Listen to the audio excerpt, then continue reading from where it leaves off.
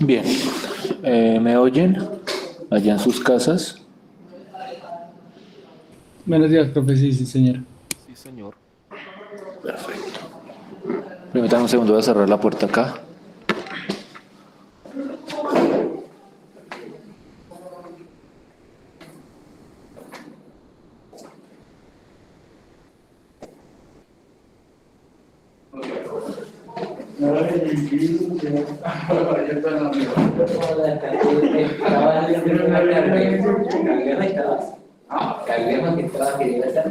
No, no, no, yo fui a la universidad porque me tocó que hacer algo.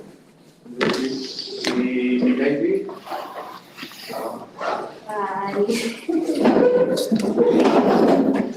Bien. En nuestra sesión de hoy, mi propósito es abordar un nuevo concepto relacionado pues con las funciones vectoriales y con sus aplicaciones al movimiento de partículas. Yo quiero que ustedes como que noten que lo que hemos trabajado, o casi todo lo que hemos trabajado, para funciones vectoriales, se ha hecho siempre en un contexto aplicado, siempre tratando como de referenciar características del movimiento de partículas. En ese sentido, el tema que les traigo, o el concepto que traigo el día de hoy, o uno de los que traigo el día de hoy, no sé si logré o alcance a abordar alguno más, es un concepto que emerge de las funciones vectoriales y que representa cierta característica del movimiento de partículas cuando se referencia a partir de esas funciones vectoriales. Y es el concepto de longitud de arco. Es muy posible que algunos de ustedes estén familiarizados con el término longitud de arco. Muchas veces en los cursos de aplicaciones del cálculo hablan de ese concepto, pero es en un contexto de las funciones de una variable. Es decir, la longitud de arco que ustedes conocen, o que posiblemente ustedes conocen y han trabajado, es una longitud de arco en el contexto de un tipo particular de función. Mi idea hoy es tratar de trasladar ese concepto hacia las funciones que nosotros estamos trabajando, que es el concepto de función vectorial, y tratar de entender qué es lo que se representa o cuál es la aplicación de esa longitud de arco en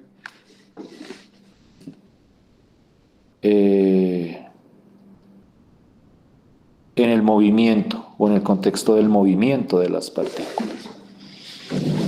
Y entonces lo primero que yo quiero mencionar, y más adelante haré la representación gráfica, no quiero como estarme saltando en este momento, además que pues estoy en un computador que no es el mío y pues no sé cómo vaya a funcionar la parte gráfica.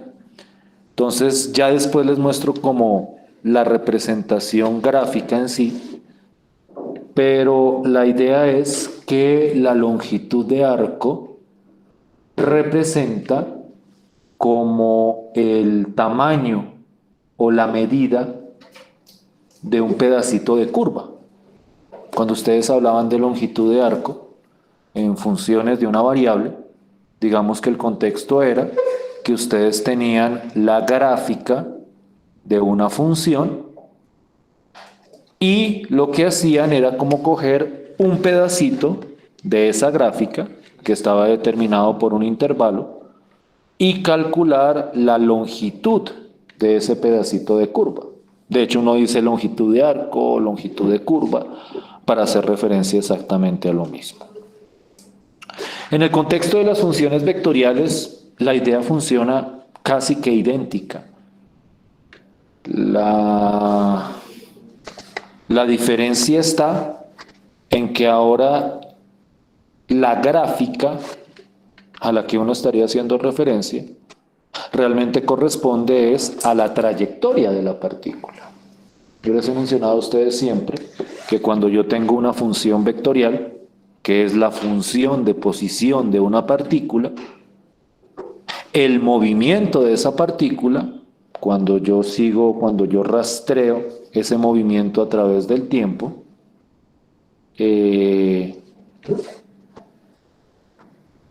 genera como una especie de curva.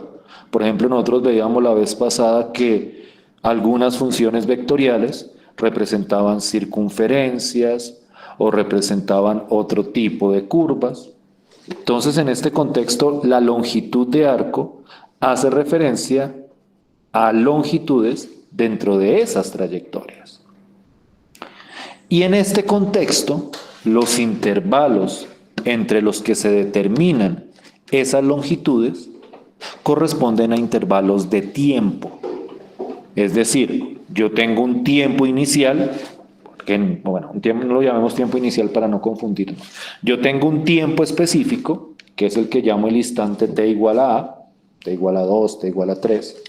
Tengo otro instante específico posterior, y es en ese intervalo de tiempo en el cual yo calculo o mido la longitud de la correspondiente trayectoria. Y en ese sentido, esa longitud de arco o longitud de curva, lo que viene a representar es lo que uno conoce como la distancia recorrida por la partícula en un intervalo de tiempo determinado. Entonces, cuando nosotros calculamos esta longitud de arco, lo que nosotros estamos haciendo es determinar cuánto recorre una partícula en un intervalo de tiempo determinado.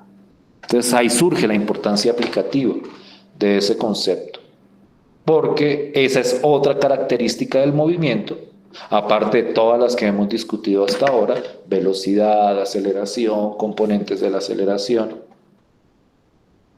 Esa es otra información importante que a uno le interesa saber. Ustedes lo pueden pensar en un contexto, digamos que muy aplicativo. Si yo quiero analizar el movimiento de una partícula, pues una de las cosas que yo quisiera saber es cuánto ha recorrido en un intervalo de tiempo determinado. Entonces, esto que les acabo de mencionar es como la justificación y la contextualización de ese concepto de longitud de arco. La longitud de arco en este contexto representa la distancia recorrida por una partícula. Con respecto a la parte operativa, esa longitud de arco naturalmente depende, pues, de la función de posición que yo tenga y depende del intervalo de tiempo que yo considero.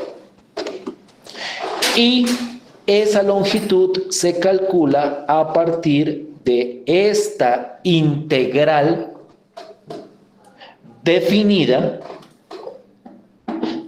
de la norma de la función de velocidad. Entonces, naturalmente, si yo tengo la función de posición, lo que yo tengo que hacer es primero calcular la velocidad, luego calcularle la norma, y a esa norma de la velocidad, a esa rapidez, le calculo la integral definida, es decir, una integral con intervalos, entre el intervalo de tiempo o entre los instantes de tiempo donde se quiere calcular. Entonces, si yo quiero encontrar la distancia recorrida o la longitud de arco de una partícula cuya función de posición es alguna, r de t, en un intervalo de tiempo específico, esa longitud de arco corresponde al cálculo de esta integral. Naturalmente vamos a mirar ejemplos y vamos a ver cómo se calcula este tipo de problemas. Pero antes de mirar ejemplos, yo quisiera hacer como una descripción de las características más importantes que tiene este término de longitud de arco. Lo primero es acerca de la naturaleza de la longitud de arco. La longitud de arco es un número. Cuando yo hablo de la distancia recorrida, yo estoy hablando de un número que representa el tamaño de ese pedazo de trayectoria. Es decir, esta integral que yo estoy presentando acá, el resultado es numérico. Esta no es una integral vectorial, no es una integral que se haga por componentes. Esta es una integral común y corriente, como la que ustedes conocen desde el curso anterior. Porque cuando yo le calculo la norma a la velocidad, lo que me queda es un escalar, lo que me queda es una sola componente. Entonces, esta integral que yo estoy presentando acá, y eso lo vamos a ver en los ejemplos, es una integral definida de las más básicas, de las integrales que ustedes ya conocen desde el semestre pasado. Entonces, el resultado va a dar un número. Y lo otro es la clase de número que da. Y aquí hay que meterle un poquitico de sentido común. Estamos hablando de una longitud. Naturalmente el resultado de una longitud debe ser un número positivo. Porque, o por lo menos en el contexto clásico de la física, pues el concepto de longitud negativa no tiene sentido. Entonces, cuando uno calcula o aplica esta integral, el resultado tiene que ser positivo. Si el resultado no da positivo, es que están calculando mal la integral. Entonces ahí ustedes tienen que estar muy atentos acerca de los procesos de integración. Y vamos a ver que las integrales que emergen acá tienen cierto nivel de complejidad por la naturaleza de la fórmula. Entonces aquí ustedes tienen que tener cierto manejo de diversas técnicas de integración. No sé si me estoy haciendo entender hasta ahí. ¿Sí estoy siendo claro hasta ahí? ¿En sus casas? ¿Acá? Sí, profe. Sí, señor. Perfecto. Sí estoy grabando, ¿cierto? Sí. Sí, ahí está la grabación. Listo. Pues, entonces, bueno, a este número se le llama longitud de arco o distancia recorrida. O sea, el nombre de distancia recorrida es como para darle el contexto físico a la situación, para que ustedes entiendan qué es lo que realmente uno está haciendo. Y ahorita más adelante voy a hacer una, por decirlo de alguna forma, un énfasis, una detalle,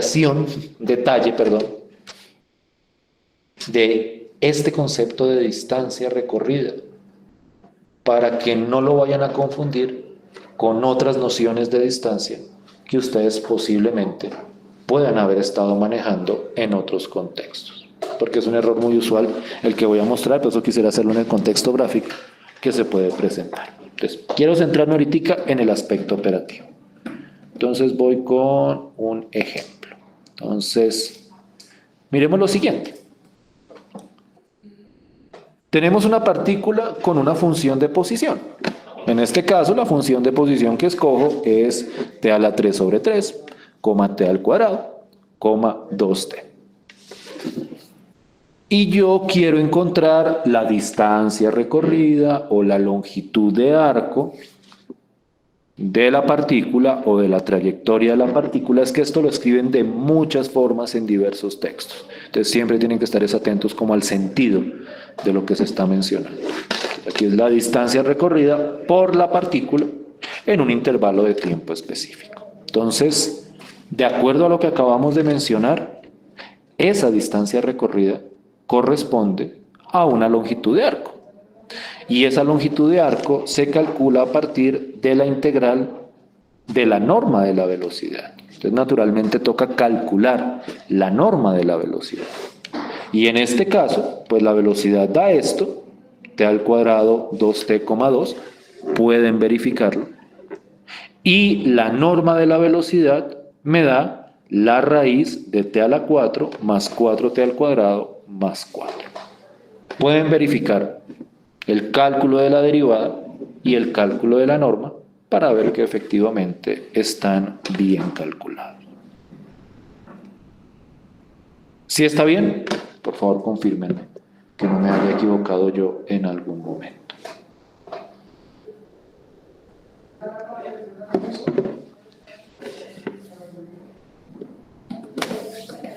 ¿Todos de acuerdo?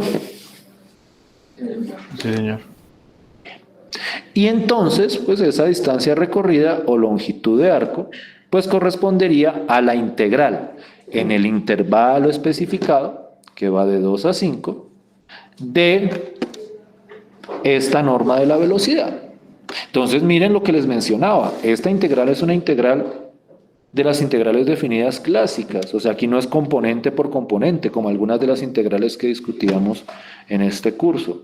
Aquí se integra un solo término, que es la norma de la velocidad. Y entonces sería la integral entre 2 y 5 de la raíz de t a la 4 más 4t al cuadrado más 4. Entonces, naturalmente, lo que viene a continuación es calcular la integral. Y en esto yo quiero ser muy honesto. Aquí hay integrales de distintos niveles de dificultad. Hay integrales que son muy sencillas, pero hay integrales que son un poco más complejas, porque, y aquí ustedes me darán la razón, como la norma de la velocidad va a tener una raíz cuadrada, las integrales con raíz cuadrada comúnmente tienen bastante dificultad y responden a métodos bastante específicos. Sustitución trigonométrica en algunos casos, o tratar de simplificar lo que está dentro de la raíz. Por ejemplo, miren esta, que esta sale bastante sencilla, porque lo que me queda dentro es un trinomio cuadrado perfecto. Entonces, en este ejemplo sale muy sencillo, porque pues como esto es un trinomio cuadrado perfecto, me queda la raíz de t al cuadrado más 2 elevado al cuadrado, se cancela la raíz con el cuadrado y me queda la integral entre 2 y 5 de t al cuadrado más 2. Y pues esa integral sí es sencillita, es una integral polinómica y a mí me dio 45.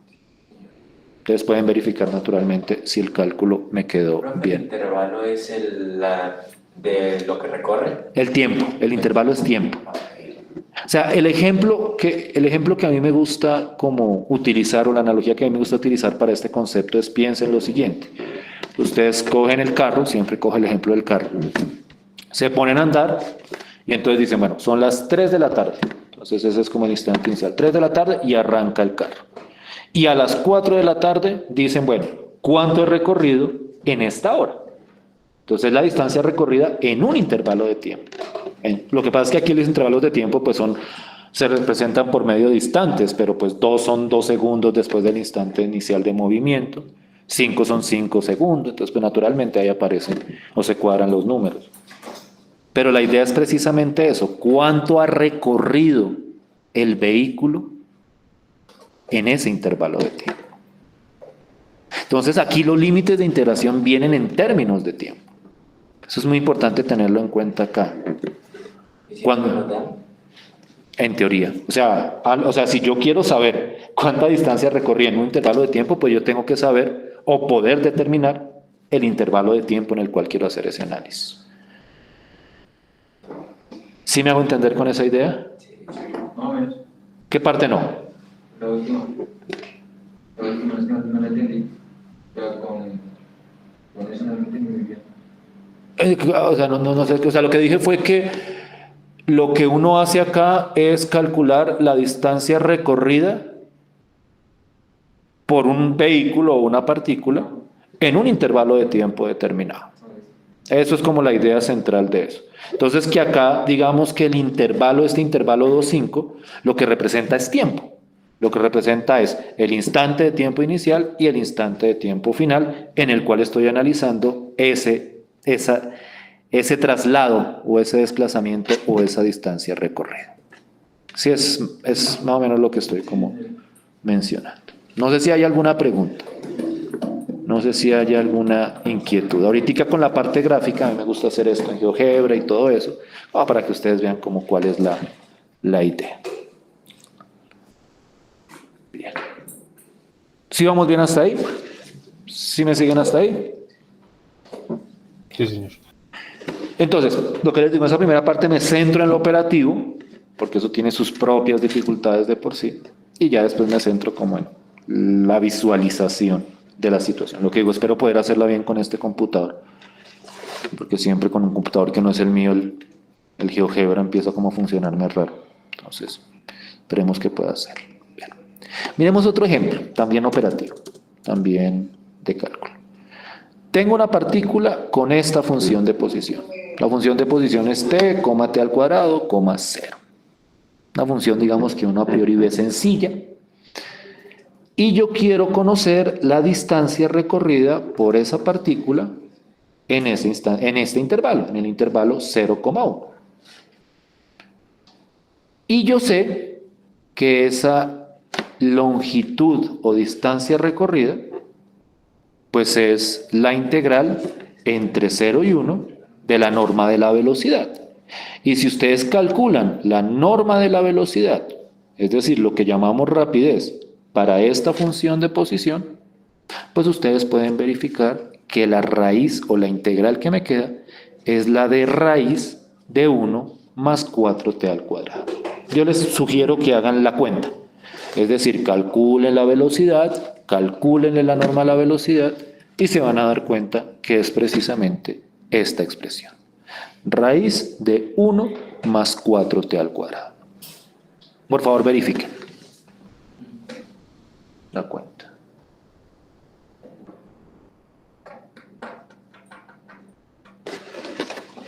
Y entonces ahí aparece una integral que tiene un grado de complejidad un poco más alto que la integral anterior. Porque esta integral que ustedes ven ahí, la única manera, o bueno,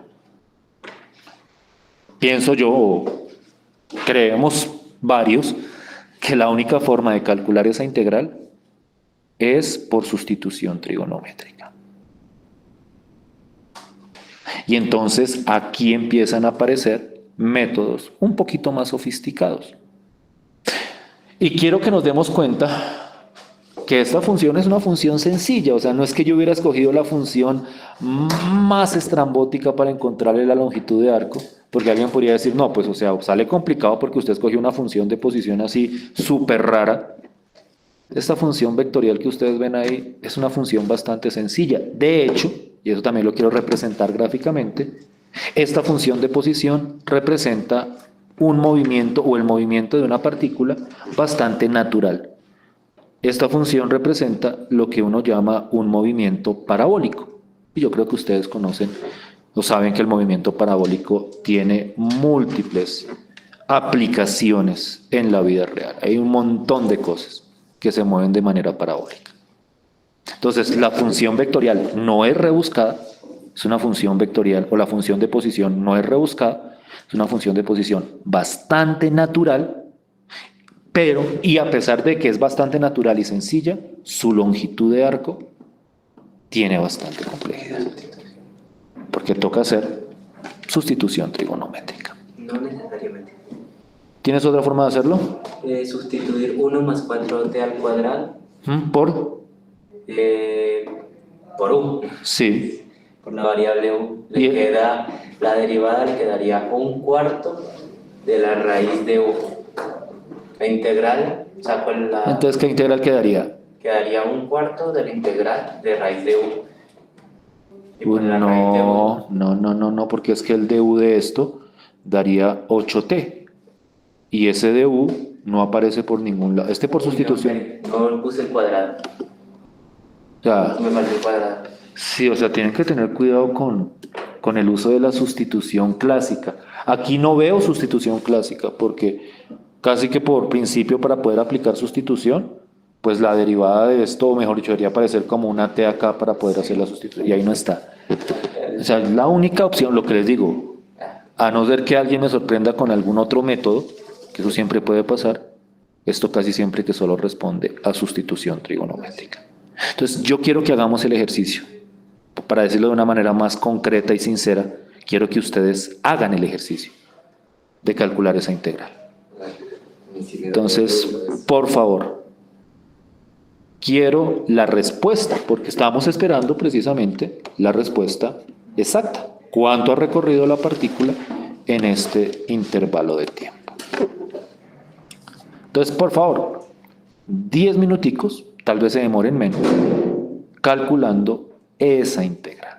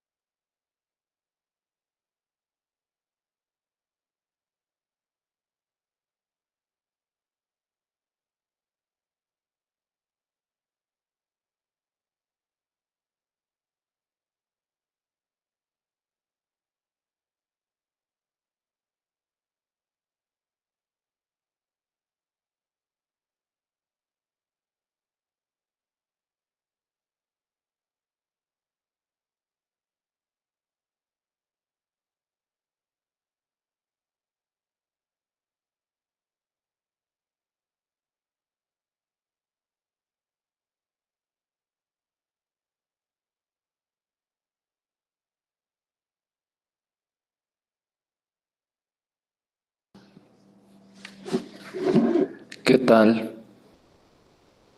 ¿Qué tal la integral? Dura, profe. ¿Compleja? Sí, pero creo que la tengo. Creo. Yo me voy a dar la sustitución por los que el triángulo para poder reemplazar otra vez. Vamos a revisar a ver si estamos de acuerdo. O sea, voy a revisar como este ejemplito con cierto cuidado porque este tipo de integrales va a aparecer mucho cuando uno calcula longitud de arco, lo que es sustitución trigonométrica y ¿Puede eso. poner desactualización, profe? Mira el resultado.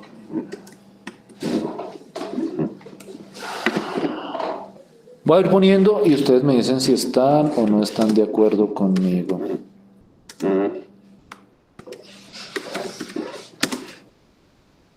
Tengo que integral de cero al cotangente.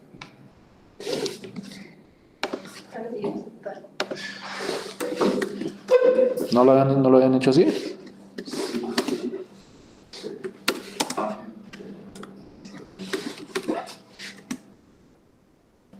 no sé.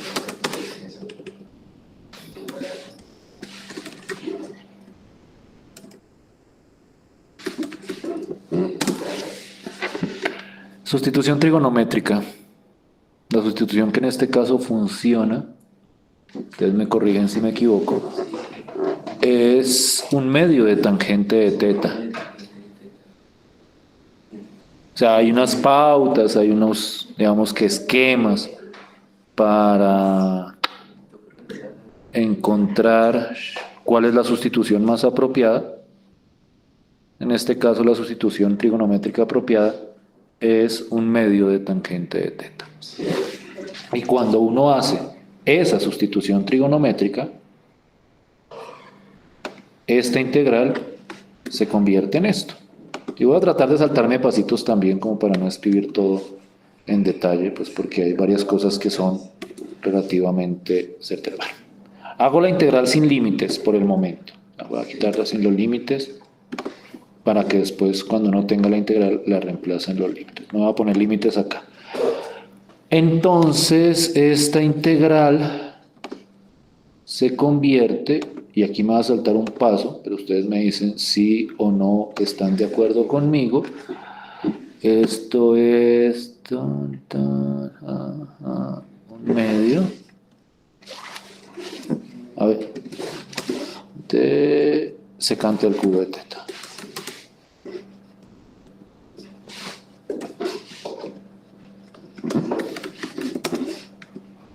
De teta.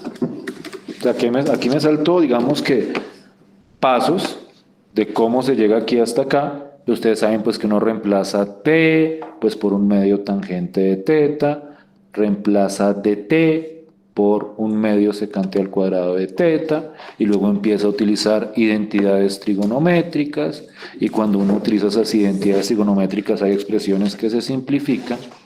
Lo cierto es que con esa sustitución trigonométrica esta integral se convierte en esta integral de acá.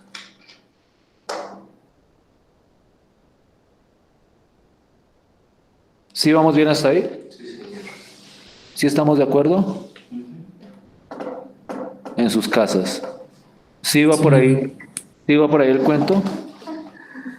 Sí, señor. La integral de secante al cubo es, digamos que, muy truculenta.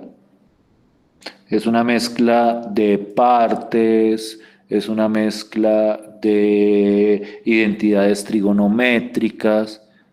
Es un truco hasta curioso e interesante de ver, pero digamos que no es un proceso tan inmediato. Yo tengo una fórmula, profe, para que sea inmediato. En la fórmula Para resolver secante a la L. Ah, sí, sí. O sea, a ver si la recuerdo yo. La integral de secante al cubo es secante por tangente. Por tangente. Esa uno la de secante al cubo yo me la termino aprendiendo. O sea, yo sé cuál es el procedimiento para hacerla, pero a veces es tan dispendioso que en casos como estos, pues si yo me acuerdo de cuál es, pues yo la escribo. Si no estoy secante de teta por tangente de teta menos logaritmo natural de secante, bueno, a veces le ponen valor absoluto, pues, para garantizar que quede positivo. Vamos a traer secante de teta más tangente de teta. Pero espero no estar metiendo las patas con lo que estoy diciendo. Todo esto,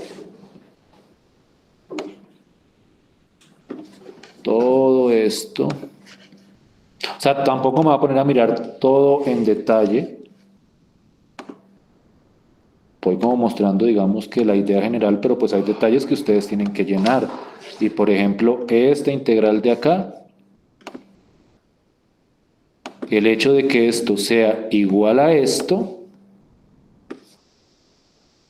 pues obviamente hay un proceso detrás. Tú decías que tenías una fórmula, eso es lo que das a... Pero creo que va más. Dime. Es más. Ah, en vez del menos más. Es más. Acá, listo. Más. No voy a poner constante de integración porque como la integral es definida, cuando se vaya a evaluar, pues no necesitamos constante de integración. Este resultado de que esa integral dio eso, tiene un proceso y un bagaje detrás. No me voy a poner aquí en detalle porque eso al fin y al cabo no es un curso de integral. Entonces debieron haber discutido o haber consultado esas integrales en algún momento. Simplemente doy la respuesta. Y ahora a uno le toca devolverse. Y para devolverse uno utiliza un triangulito. No sé cómo dibujarlo acá. Yo lo tengo. Ay, me demoro más. Listo. A ver si tengo como una figura aquí que representa. ¿Dónde están las formas? Tengo un triángulo. Este triangulito de acá. Eso. Okay. Y a partir de ese triángulo es que uno determina cómo uno se devuelve. Y entonces la idea es que aquí hay un ángulo que se llama teta en este triángulo. Lo voy a poner por acá, voy a insertar cuadros de texto, que es la manera más cómoda que veo de hacer eso. Aquí no funciona bien. Entonces, ahí está todo esto. Entonces tengo teta, insertar ecuación.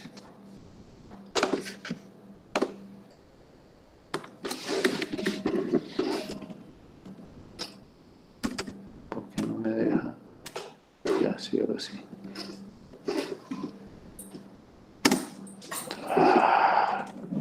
No pude entonces así.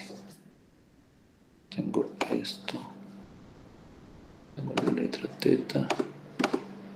Esto es teta, ¿cierto? Sí. Esto es teta. Entonces teta es... a ver si me queda chévere. Este es el ángulo teta. Este se le llama teta. Y entonces lo que uno hace es dice, bueno, yo tengo que t es igual a un medio de tangente de teta. Eso es lo mismo que decir que tangente de teta es 2 por t. Y como tangente de teta es cateto opuesto sobre cateto adyacente, entonces eso significa que el cateto opuesto es 2t.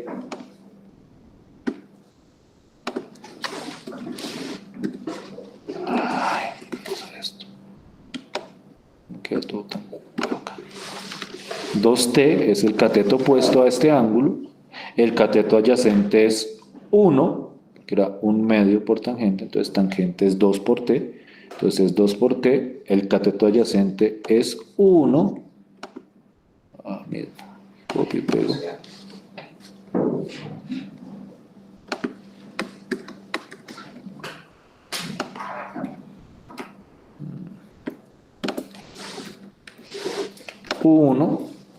Y la hipotenusa pues sale por Pitágoras, cateto al cuadrado, raíz de cateto al cuadrado más otro cateto al cuadrado. Entonces la hipotenusa sería raíz de 4t al cuadrado más. Sería precisamente esto de acá.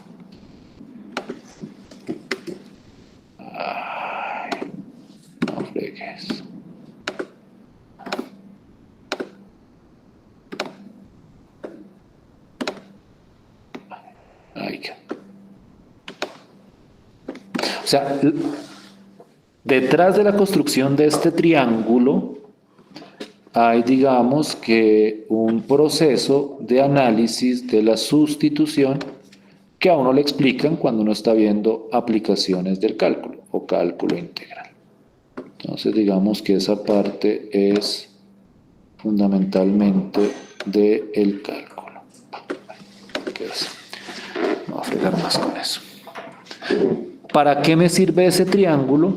Ese triángulo me sirve para devolverme a la variable original acá. Porque de acuerdo a este triángulo, yo reemplazo secante de teta, pues como secante de teta es hipotenusa sobre cateto adyacente, entonces aquí tengo la hipotenusa, aquí tengo el cateto adyacente, entonces secante de teta es esto sobre esto, y pues tangente, que es el que hay que reemplazar, pues es cateto opuesto sobre cateto adyacente. Ahí son simplemente identidades trigonométricas. Y entonces esto termina quedando un medio de aquí afuera. Voy a dejar esto en blanco. Listo. Un medio. Y entonces aquí me queda la fracción. Entonces, secante de teta es raíz de 1 más 4t al cuadrado por tangente de teta, que es cateto opuesto sobre cateto adyacente, que cateto adyacente es 1. Entonces, esto es 1 por esto, por 2t, más el logaritmo natural, eso sigue así, de secante más tangente. Secante era esto de acá, raíz de 1 más 4t al cuadrado, más tangente, que tangente es 2t.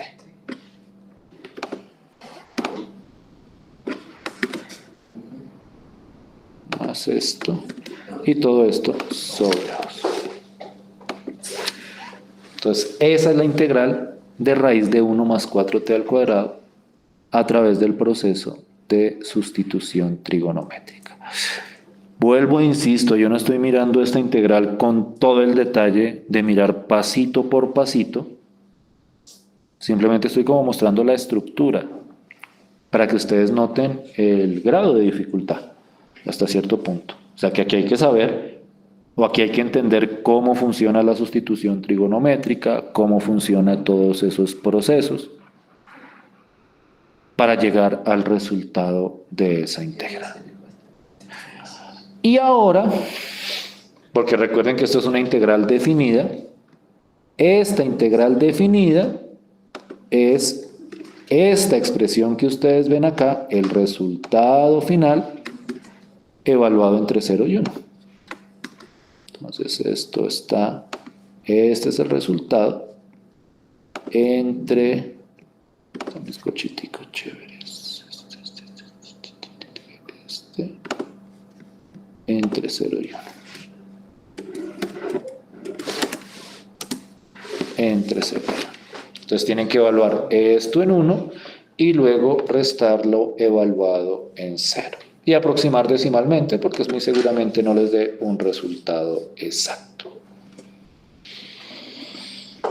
Entonces, esa longitud de arco, o esa distancia recorrida, de esa función, digamos que sencilla, tiene todo este proceso detrás del cálculo de su integral.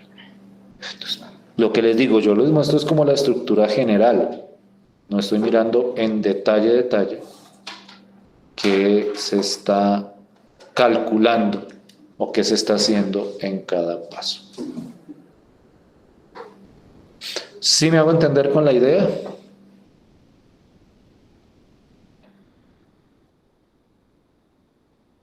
¿Sí estoy siendo claro? ¿En sus casas? Sí, profe. Profe. Dime, ¿alguien me va a preguntar algo? Entonces, dado caso, repasen esa integral.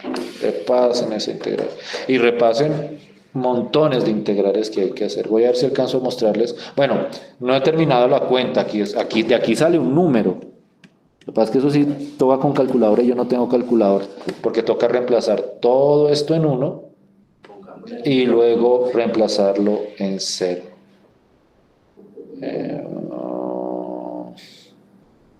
Entonces tocaría que hacer como esa cuenta. Ustedes después la aproximan, dado caso. O si alguien tiene una respuesta, me dice el número. 1,479, profe.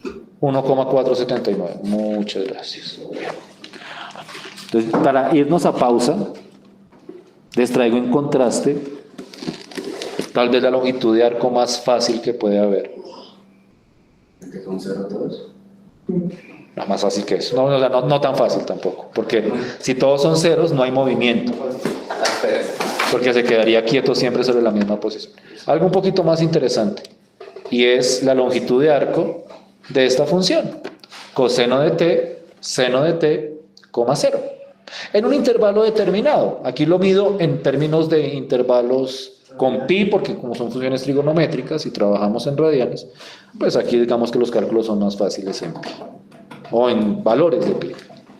Por ejemplo, aquí el intervalo va entre 0 y pi cuartos.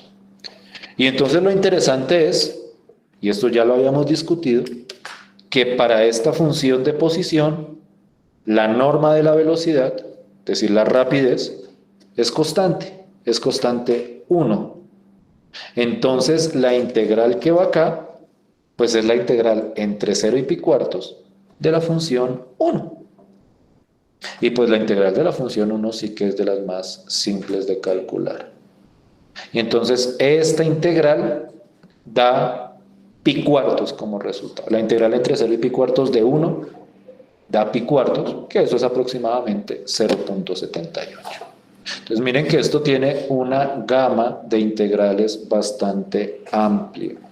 Hay desde unas muy sencillas y triviales de calcular hasta otras que requieren otro tipo de proceso. O sea, a mí me gusta hacer esto o mostrar esto como para que ustedes se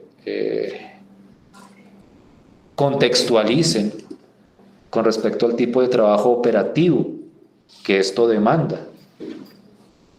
O sea, a priori yo lo podría decir, y yo solía decirlo así, yo podría decir, ustedes deben poder calcular cualquier integral que aparezca, cualquiera. O sea, si ustedes están en este curso, es porque aprobaron un curso de cálculo integral, y si lo aprobaron, es porque ustedes saben integrar lo que les pongan al frente. Esa es la esperanza, ese es el idealismo.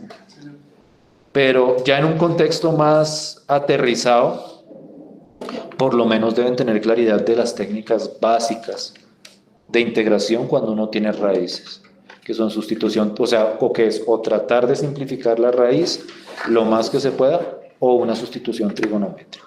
Hay unos casos muy específicos que pueden llegar a salir de manera directa o por sustitución, o de repente hasta por partes, pero la generalidad es o simplifican lo que está dentro de la raíz o sustitución trigonométrica. Bien, no sé si hay alguna pregunta antes de irnos a la ¿Hay alguna pausa. que no tenga resultado? Claro, un montón. Pero de estas. Sí, o sea, porque es que una función vectorial puede ser cualquiera. Ah, eso es otro detalle. Y es que como aquí la función de posición puede ser, digamos que a priori cualquiera, es posible que aquí surjan integrales que no se puedan calcular o no se puedan calcular por métodos analíticos. Aquí antes de irme a pausa, y esto es un comentario como al margen, posiblemente a ustedes les hayan dicho en su curso de aplicaciones del cálculo que hay integrales que no se pueden calcular por los métodos que nosotros conocemos. Hay ejemplos emblemáticos de integrales que no es que no sepamos cómo, es que no responden a ninguno de los métodos clásicos de integración. Pero esas integrales, cuando son definidas, uno las puede aproximar utilizando métodos numéricos. Y creo que ustedes van a ver métodos numéricos en quinto, bueno, no sé si todas las carreras, en quinto o en cuarto. Ahí les muestran formas de aproximar integrales definidas cuando uno no las puede calcular de manera analítica. O sea, mi garantía es que todo lo que yo ponga se puede calcular por algún método. Más fácil, más difícil, pero se puede calcular. Pero en la vida real, y no hay que irse muy lejos. De hecho, ahorita de pronto les muestro un ejemplo de un movimiento clásico cuya longitud de arco corresponde a una integral que no se puede calcular. O sí, que no se puede calcular, diría yo. Pero bueno, eso ya es como un paréntesis por fuera de lo que nosotros vamos a estar afrontando. Bien, entonces ya son las 11. Entonces vamos a hacer nuestra pausa de 10 minuticos. Volvemos a las 11:10, bueno, 11:10, 11:12, 13, de cuánto nos tome. Porque quiero venir, y espero que me salga bien, la segunda parte, a mostrarles gráficamente cómo el funcionamiento de este proceso de la longitud de arco. Es decir, cómo se ve esa situación. Entonces, 10 minuticos nos vemos y continuamos trabajando.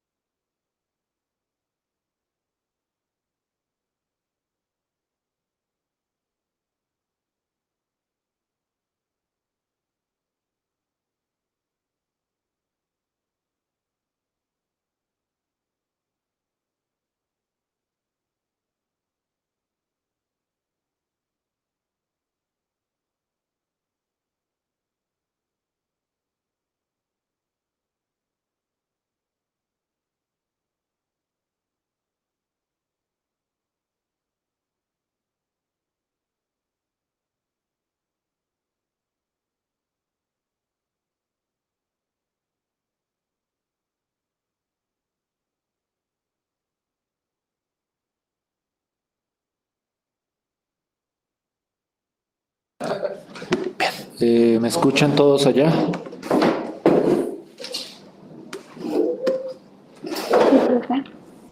Listo. Escúchenme que estoy aquí tratando de cuadrar en este computador la presentación gráfica, porque aquí el código no me está corriendo. Entonces espérenme unos minuticos. Ya voy tratando de cuadrar. Eso.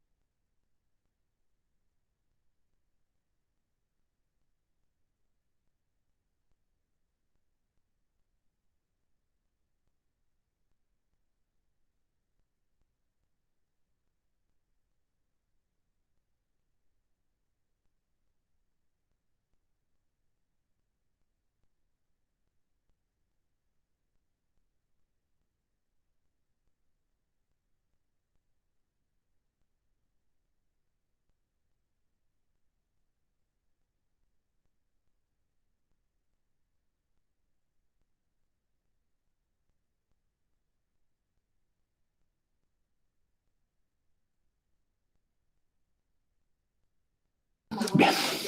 Listo, excúsenme la demora, pero aquí el código no me estaba funcionando. Creo que lo arreglé. Déjenme revisar.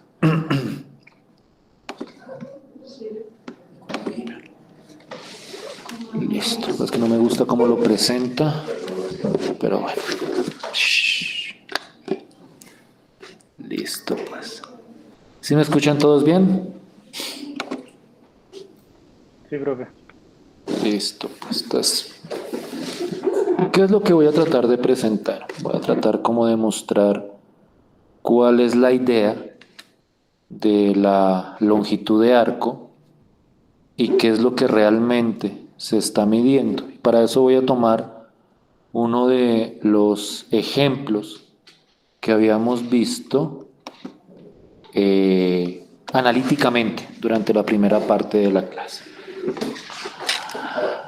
La función que estoy tomando es, y aquí lo escriben de esta manera, fue la mejor manera que pude encontrarlo, la función vectorial es t, t al cuadrado, 0. Precisamente esa función vectorial que al calcularle la longitud de arco, pues generó esa integral por sustitución trigonométrica. Y cuando yo considero esa función vectorial como el movimiento de una partícula o como la trayectoria de movimiento de una partícula, esa función vectorial corresponde a esta parábola que les estoy mostrando acá. Miren que es una parábola que se encuentra totalmente ubicada sobre el plano XY. Como la tercera coordenada es igual a 0, la posición de la partícula siempre en su tercera componente va a ser igual a 0. Entonces, cuando yo establezco un intervalo específico, y creo que en ese momento el intervalo era 0,1, lo que yo determino es este pedacito de toda la trayectoria. Es decir, cuando yo calculo la longitud de arco de la partícula entre el intervalo 0 y 1 con esta función vectorial, y miren cómo lo escribe acá el programa, t al cuadrado, 0, y t está entre 0 y 1, eso gráficamente corresponde a la longitud de la curva o del pedazo de la parábola que está en ese intervalo de tiempo. Entonces quiero que miremos cuidadosamente a qué me refiero con el intervalo de tiempo. Voy, como siempre, a tratar de generar el movimiento de la partícula. Voy a quitar este pedacito. Cuando el instante esté igual a 0, la partícula se encuentra en este puntico, en el punto con coordenadas 0,0,0. Simplemente es cuestión de evaluar en ese instante de tiempo. Y cuando el tiempo transcurre, la partícula se empieza a mover y en el instante t igual a 1, voy a hacerlo así mejor, más cortico. A medida que transcurre el tiempo, ahí vemos la partícula moviéndose, y cuando t es igual a 1, que es precisamente este instante, esta es la posición en la que se encuentra la partícula en ese instante. Pero si ustedes miran todo el recorrido, por decirlo de alguna forma, que ha tenido la partícula en ese intervalo de tiempo, lo que nosotros estamos viendo es todo lo que recorre la partícula en ese intervalo. Entonces, precisamente lo que está midiendo esa longitud de la curva o esa longitud de arco es todo eso que recorrió la partícula en ese instante o entre esos dos instantes de tiempo. Si yo, por ejemplo, y aquí voy a aumentar el intervalo, voy a ponerlo en 5, y aquí me voy a alejar un poquitico, porque aquí es bastante, bueno, 5 ya me queda muy grande, voy a ponerlo en 3. No se me escapa. En 3, y por ejemplo el intervalo inicial digamos que es 1, o el término inicial es 1, Entonces, cuando yo calculo esta longitud de arco, lo que estoy determinando es... Ay, no me deja hacerlo. Bueno. Lo que estoy determinando es cuánto recorre la partícula en ese nuevo intervalo. Entonces, dense cuenta que esto depende naturalmente del intervalo de tiempo que uno considere. Naturalmente, la distancia que recorre entre un intervalo y otro es distinto a si yo hubiera escogido otros dos extremos para el intervalo. Entonces, de ahí surge precisamente esa noción de esa longitud de arco como la distancia recorrida. Yo les decía a ustedes que hay que tener cuidado con la palabra distancia en este contexto, o mejor dicho, el énfasis que hago en la palabra o en el término distancia recorrida. Si uno no mira la trayectoria, por decirlo de alguna forma, sino que uno solo se centra en los puntos inicial y final, es decir, yo sé que en t igual a 1, la partícula estaba en este punto, en t igual a 1, la partícula estaba 1, la partícula estaba en este punto, y yo miro el final del intervalo, que es cuando t vale 3, que está en este punto. Si yo solo considero los dos extremos, y yo calculo la distancia entre esos dos puntos, eso no es lo mismo que la distancia recorrida. Porque cuando yo mido, y aquí voy a quitar un poquito la curva, entonces yo tengo por acá f de 1,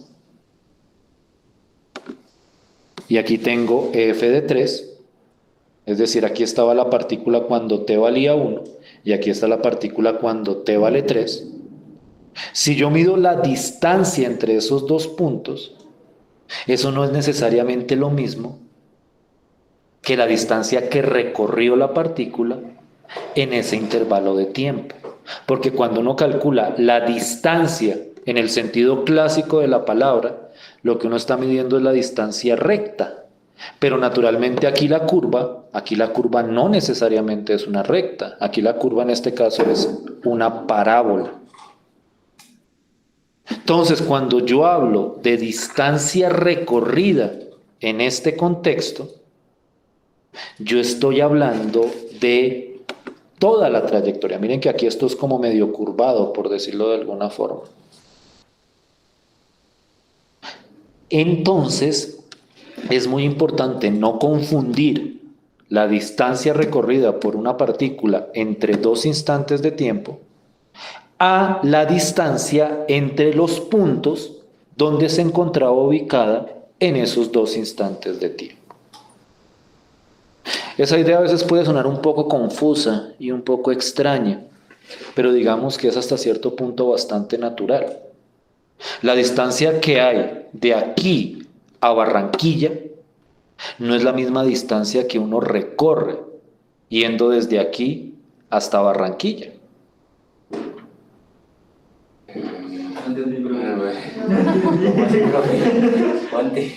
Voy a ponerlo con otro esquema gráfico que yo tengo, que este sí es un poquitico más conocido, Google Maps. Google Maps, a mí me gusta hacer por eso es que quería hacer como este ejercicio para... Ay, porque lo estoy viendo mal, Google Maps, estoy una torpeza brutal. No, o sea, no voy a irme con tanto detalle, listo, entonces me voy a ir acá. ¿Listo? Entonces, quiero que miren la diferencia. Todos creo que pueden ver el Google Maps acá. O sea, obviamente aquí no hay, esperen, comparto pantalla para que todos lo vean. Porque es que a mí esta diferenciación me parece muy importante que ustedes la hagan. Aquí no hay función vectorial ni nada, estamos hablando exclusivamente en términos de distancia. Esto que les voy a mostrar es la distancia entre Bogotá y Barranquilla. La distancia entre Bogotá y Barranquilla es esta que muestra acá, 714.79. ¿Sí? Y ahora vamos a ver la distancia que uno recorre para ir de Bogotá hasta Barranquilla. Ok, ya ahora sí. Porque es que no es la misma, no es la línea recta que uno se va. Efectivamente. ¿Dónde está mi carro? Ahí está mi carro. El avión es 1 hora y media, 1 hora y 15 horas y media. La distancia recorrida depende, y voy a decir una redundancia, depende de lo que recorre el vehículo, por dónde recorre el vehículo. Y el vehículo se va por una carretera, o sea, el vehículo tiene su propia trayectoria. Esa trayectoria lo podría reemplazar uno, o lo podría representar uno por medio de una función vectorial. Entonces, ¿qué es lo que la longitud de arco realmente calcula? Esto es lo que calcula la longitud de arco. No calcula la otra distancia. La otra distancia tiene unas fórmulas específicas. Profe, pero ahí geométricamente hablando, no es una línea, no es una función como tal. Como, no sé cómo explicarlo. O sea, en condiciones ideales, uno lo puede representar por medio de una función vectorial. Cuando, o sea, estos recorridos más como partidos, quebrados y ese tipo de cosas, es más complicado determinar la función vectorial, pero se puede aproximar. Lo que comúnmente hacen es como aproximarlo por medio de parábolas o por medio de curvas o por medio de circunferencias. Pero en un sentido ideal, y ahí es donde aparece lo de GeoGebra, el recorrido se puede determinar por una función vectorial, cuando el movimiento es parabólico, cuando el movimiento es circular. Y hay muchos movimientos clásicos que uno puede determinar por funciones vectoriales. Si es más o menos claro, o sea, esta segunda parte es mucho más conceptual. Por eso la primera parte yo centré todo lo operativo, las cuentas y eso, porque esta segunda parte quería dedicarla a lo conceptual. La longitud de arco me dice cuánto recorro en un intervalo de tiempo específico. En ese sentido, esa longitud de arco me ayuda a calcular también medidas de curvas. Por ejemplo, hay gente que utiliza longitud de arco para calcular el perímetro de una circunferencia o un pedazo de una parábola o un pedazo de una línea recta, haciendo uso de esas integrales. Dime. La que se usaba en aplicaciones. Exactamente, exacto. Lo que pasa es que aquí son funciones vectoriales. O sea, aquí vienen funciones en términos de vectores. O sea, aquí el factor tiempo juega un factor fundamental, porque es que aquí todo se mide en términos del tiempo. O sea, aquí yo en Bogotá estaba en el instante t igual a 2, en Barranquilla estaba en el instante t igual a 20. ¿Cuánta distancia recorrí en ese intervalo de tiempo? Pues la distancia que hay sobre la trayectoria de la partícula. Ahora, naturalmente, ustedes ven que de un punto a otro puede haber más de una trayectoria. Esta es la carretera que escogió uno de los vehículos, esta es la carretera que escogió otro de los vehículos, y naturalmente la distancia recorrida o la longitud de arco depende de la trayectoria que uno haya seleccionado.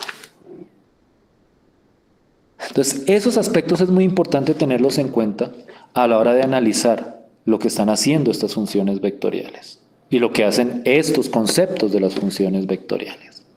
Pero siempre va a ser un instante cero. No, porque puede ser porque puede ser que, siempre por convención, el instante cero es cuando empieza a moverse el vehículo. Pero puede que a mí no me interese saber la distancia recorrida desde que me empecé a mover. Sino puede que yo diga, no, mira, yo arranqué a las 12 del mediodía a conducir, pero yo quiero saber cuánto recorrí entre la 1 de la tarde y las 4 de la tarde.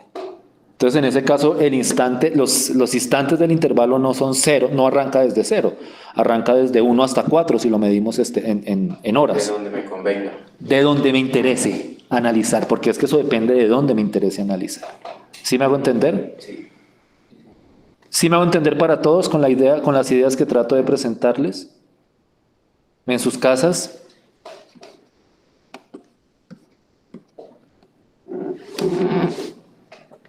¿Sí me están oyendo allá? Sí, profe. Entonces, cuando uno mira esto de las funciones vectoriales, y con esto le voy como dando cierre a este tema, Y la idea es que a partir de la próxima clase empecemos a hablar de otro tipo de funciones.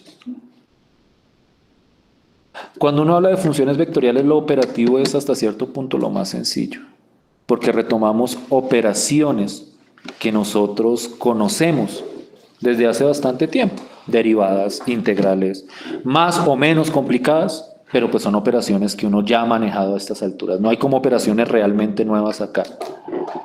Aquí lo realmente interesante siempre es la interpretación. Y en ese sentido, yo en el transcurso de esta semana, no les puedo decir cuándo porque con todo esto, pues a veces se me traspapelan las cosas y los tiempos. De hecho, si de aquí al miércoles no lo he hecho, ustedes me lo recuerdan, yo voy a dejar la primera actividad de este corte. Dime. Y esa actividad va a ser una actividad grupal. Y supongo que ustedes ya tienen conformados sus grupos de trabajo, que les había dicho desde el primer día. Y esa actividad va a tener un componente operativo, que es calcular las cosas que nosotros hemos calculado hasta ahora con las funciones vectoriales, pero también tiene un componente interpretativo y aplicativo. Y entonces, en ese trabajo van a venir como situaciones manifestadas de manera verbal que ustedes tienen que interpretar para determinar cuál es el proceso que van a realizar. Es como un problema aplicado, pero en ese problema aplicado digamos que entra mucho en juego el entendimiento sobre los conceptos, más que sobre las operaciones. O sea, usted nos da un problema. Yo les digo como, miren, hay un vehículo que está andando en tal, o sea, les doy las funciones, obviamente, que tiene su función de posición es esta, pero la pregunta puede ser, bueno,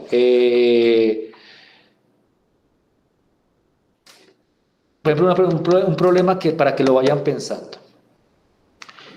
El consumo de gasolina de un vehículo está determinado por la distancia que recorre el vehículo. Entonces, por ejemplo, la pregunta podría ser, ¿cuánta gasolina consume el vehículo entre este intervalo de tiempo y este intervalo de tiempo? Entonces ustedes dicen, pero es que nosotros no vimos gasolina en este curso. Pero seguimos la distancia. Pero entonces ustedes tienen que interpretar que aquí yo estoy estableciendo una relación entre el consumo y la distancia que se recorre. Pero, un ejemplo, en ese ejercicio que usted puede hacer, Yo tendría que decirles el consumo del vehículo. también dependería de la velocidad. Pero la velocidad ya viene totalmente codificada por la función de posición, porque la función de, o sea, con la función de posición, pues es que de hecho la longitud de arco depende de la velocidad, porque ustedes miran la fórmula de la integral, Y velocidad. viene la norma de la velocidad, de hecho viene la rapidez, para ser más preciso. Pero pues como eso lo tiene la función de posición, con que yo les dé la función de posición, ustedes pueden encontrar la velocidad. Pero ya eso en un instante T. En un instante T. Dime. Esa rapidez ya sería constante en ese instante T. Pero durante todo el intervalo no, porque a veces aumenta, a veces disminuye. Por eso es que se tiene que calcular la integral. Si la rapidez fuera realmente constante, no habría necesidad de calcular integral. O sea, esos aspectos interpretativos entran mucho en juego en la actividad que les voy a dejar. Entonces, por eso es que yo hago como tanto énfasis en tratar de clarificar, miren, hace referencia a esto, hace referencia a esto, esta magnitud hace referencia a esto, para que cuando ustedes se enfrenten con este tipo de problemas, tengan ciertos elementos para tratar de entender no solo cómo se calcula, sino qué es lo que significa lo que se está calculando. ¿Sí me siguen más o menos hasta ahí? Profe, yo tengo una pregunta. En cuanto a lo que, bueno, tú estabas hablando de que los instantes y todo eso, ¿habría alguna manera o alguna forma de calcular las funciones de posición? En el caso de que no nos la den, no sé, ¿o sí? Pero a partir de otras. Por ejemplo, nosotros habíamos hecho alguna vez el ejercicio que si no me dan la de posición, pero me dan la de velocidad, entonces yo puedo llegar a la de posición, a la función de posición, pero con una condición inicial. Y en el caso de no tener ninguna, no se puede. No, o sea, lo que le tocaría a uno, pero si es experimental, es como prácticamente observar a la partícula. O sea, ¿qué es lo que se hace en la vida real? Lo que se hace en la vida real es deducir esa función, pero experimentalmente. O sea, como que la miran, como que la observan. Y dicen, miren, t igual a 0 valía tanto, en t igual a 1 valía tanto, y hacen como una especie de aproximación. O sea, todo nuestro trabajo en este curso es lo que llaman un trabajo determinístico. Y es que nosotros trabajamos ya con reglas y con funciones determinadas. Nosotros no experimentamos, no vamos a tratar de mirar de dónde salen esas funciones, sino que nosotros ya arrancamos con esas funciones. ¿Cómo obtengo? Esa es una pregunta no de índole matemática, es de otro tipo de índole, como más de otro campo de las ciencias. ¿De dónde surgen esas funciones de posición? De experimentación, de observación experimental y algunos procesos para tratar de tener, mire, esta es la función de posición, pero eso ya sale del terreno matemático, a no ser que me den la de velocidad o la de aceleración y con unas condiciones para llegar a ellas. Pero la función de posición, deducirla, es un ejercicio experimental, ejercicio de ver el comportamiento de la partícula, por decirlo de alguna forma, pero verlo, o sea, en laboratorio, por llamarlo de alguna forma. No sé si eso más o menos responde como la pregunta que me estás planteando. Sí. O sea, la pregunta siempre clave es, bueno, ¿y esa función de posición de dónde sale? De experimentación. O sea, ¿yo cómo sé que la función de posición de esa partícula es esa? Experimento, la miro y a partir de eso como que modelo la función de posición. Es algo así. Es bastante complejo. O sea, si uno no tiene la función de posición, encontrarla es complejísimo. Por eso es que uno trabaja acá en matemáticas con la función de posición ya determinada.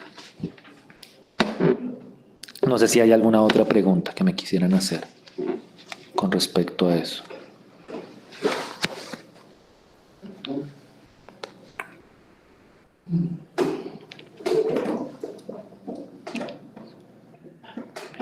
Aunque no sé, me quedo pensando en la pregunta que planteas y con esto cierro. Tengo que moverme a otra clase. Hay ciertos movimientos a los que se les puede asociar funciones de posición de una manera más o menos natural. Por ejemplo, movimientos circulares. Los movimientos, cuando uno dice, mire, la partícula se está moviendo en círculo, hay algunos procesos para decir, como se está moviendo en círculo, su función de posición es esta. O si se está moviendo en una elipse, su función de posición es esta. Que son procesos que eso no los discutimos acá porque eso es bastante pesado. Que es lo que llaman el método de eliminación de parámetros. Que es uno observando como la trayectoria o estableciendo la trayectoria. Si es una figura geométrica conocida, hay una manera de obtener la función de posición. Cuando es circular, cuando es elíptico. Pero eso es un ejercicio un poco más complicado que no nos dio el tiempo para discutir. Pero sí, o sea, digamos que hay movimientos específicos que tienen funciones vectoriales de posición naturalmente deducibles, por decirlo de alguna forma. Es más o menos eso, es más o menos esa la idea. Bien. Pues eso era como todo lo que les quería presentar hoy. Y con esto cerraríamos el capítulo de las funciones vectoriales. Y a partir de la próxima clase entraríamos a hablar de otro tipo de funciones con una teoría propia, con unos objetos propios y con unas aplicaciones distintas a las que hemos visto en estos últimos días. Entonces esta semana yo les estaría dejando esa actividad. Si de aquí el miércoles no me he acordado, el miércoles me recuerdan que les deje esa actividad. Y nos veríamos el miércoles. Muchísimas gracias por su tiempo y por su atención. Hasta luego, profe, gracias. No, gracias a ustedes. Que estén muy bien. Muchas gracias, profesor. Gracias, profe. Que estén muy bien. Feliz día.